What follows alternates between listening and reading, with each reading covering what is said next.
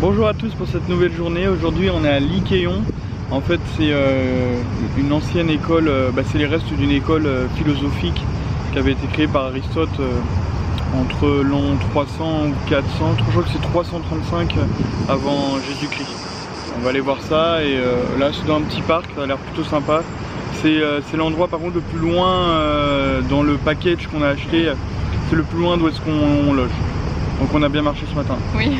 Et le soleil, le soleil tape déjà. Ouais. Prévu 32 aujourd'hui. On marche à l'ombre, ça va, ça oui. se passe bien. Bon, c'est parti pour la visite. C'est au cours de travaux de déblaiement qui étaient destinés à la construction d'un nouveau musée que les vestiges du lycée d'Aristote ont été mis au jour. Les archéologues recherchaient ce site depuis des siècles. Le lycée, construit vers l'an 335 avant Jésus-Christ, était l'une des 3 grandes écoles philosophiques de la Grèce antique. On vient de finir le lycée d'Aristote. Il reste vraiment pas grand chose, hein, comme vous avez pu voir.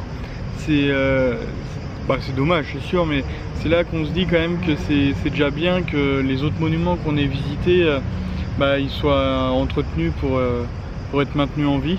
Ah oui, oui. Parce que là ça n'aurait pas dû être le cas et il reste pas grand chose. Du coup on a fini ici et là on va aller au jardin qu'on était tout à l'heure quand on vous a parlé. C'est un jardin byzantin je crois. On va faire un petit tour et après on avait prévu de s'arrêter au parc national, c'est jardin national, c'est derrière le parlement où est-ce qu'il y a le relais de la garde qu'on avait été voir dans les premiers jours. Que d'ailleurs on a croisé dans la rue parce que en fait je voulais pas m'arrêter parce qu'on était en plein soleil pour l'échange toutes les heures là. Et la relève, la relève voilà, et en fait on a avancé et du coup en fait on les a vus aller à la relève justement les 3 là avec le garde et ouais on a croisé du coup ceux qui allaient relever, ceux qui étaient en poste. Et ils étaient avec un militaire quand même. Bon, ils restent sérieux, hein. C'est un peu comme les gardes britanniques. Attendez, j'étais en train de prendre mes photos, mais non, ils regardent sérieux, ils regardent devant eux. Du coup, c'était cool de croiser ça dans la rue. Oui. Et puis c'est tout. Voilà. Bon, à tout à l'heure.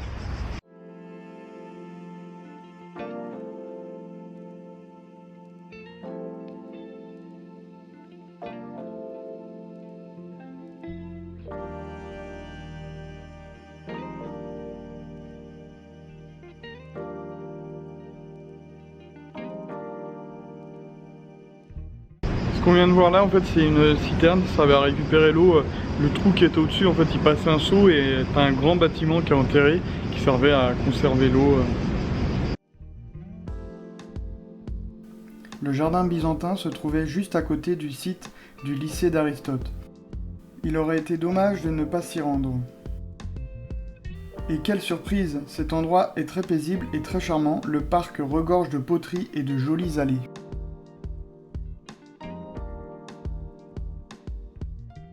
C'est parti pour se reposer à l'ombre au jardin national. C'est encore très chaud. À l'ombre ça va, il y a un peu d'air. Hein. Heureusement qu'il y a du vent parce que sinon...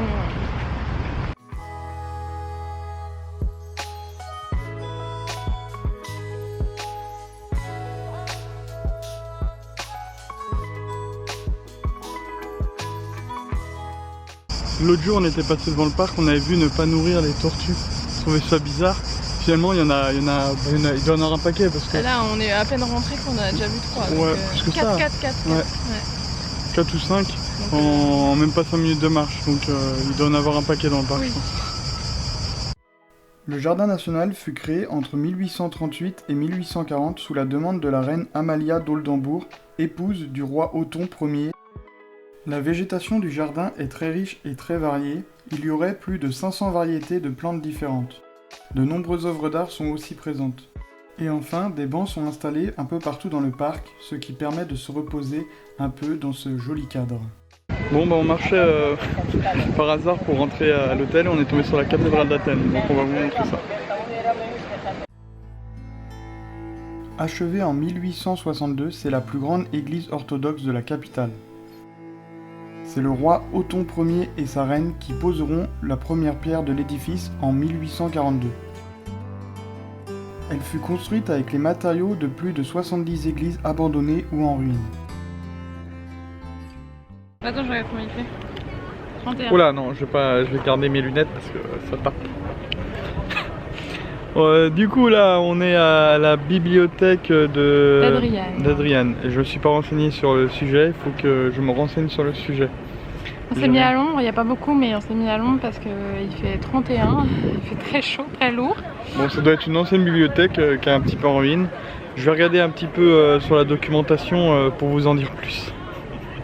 Bon, je me suis renseigné sur internet, tout ça, enfin vous voyez. C'est pas sûr que ce soit une bibliothèque, en fait c'est des théories qui disent que c'est une bibliothèque, ça pourrait être un forum, comme un centre culturel, ils sont pas sûrs. Mais ça date de l'empereur Adrien, je sais pas comment ça se prononce. Adrien ou Adrian. Adrian, je sais pas. Bon, en tout cas on va commencer la visite et puis on va vous montrer ça. Le monument doit son nom à l'empereur Adrien qui finança la construction en l'an 132 après Jésus-Christ. La bibliothèque était un vaste bâtiment d'environ 120 mètres sur 80 et abritait des milliers de papyrus.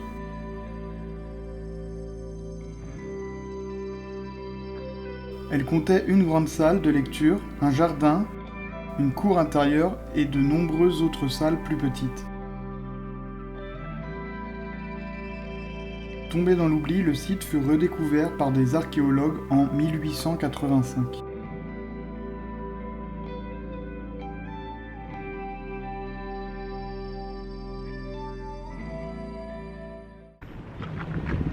Bon, il y a des tortues ici aussi. Salut, on n'oublie pas de s'abonner, de laisser un pouce bleu et n'hésitez pas à commenter. Bon, merci pour la pub, mais va te mettre à l'ombre, parce que ça tape quand même le soleil. Voilà, c'est bien. Bon, je commence la vidéo tout seul parce que Maëlan elle a du mal à avancer, là. Elle est au bout de sa vie, il fait trop chaud. Là, on est à l'Agora romaine. En fait, l'Agora, c'est un peu... les Romains, ils diraient forum, c'est le lieu de vie. En fait, c'est le lieu de vie de l'époque et c'est la romaine parce qu'il y en a eu une autre. Et celle-là, elle a été faite sous le joug romain. Donc on est parti pour visiter ça. Bon, j'ai dit que tu étais fatigué hein, au début de la vidéo. Ah bon? Ouais, Pas du tout. Bon, Je suis en pleine arrête, forme. tu te traînes. Il fait chaud. L'Agora romaine a été construite entre l'an 19 et l'an 11 avant Jésus-Christ. La construction a été financée dans un premier temps par Jules César, puis par l'empereur Auguste. L'entrée se fait par la porte d'Athéna qui est encore debout, et le site se termine au pied de la Tour des Vents qui est une horloge hydraulique antique.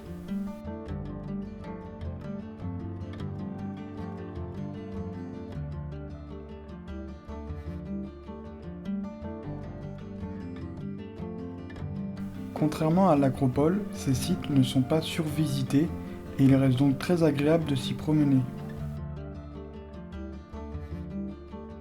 On vient de finir l'Agora romaine.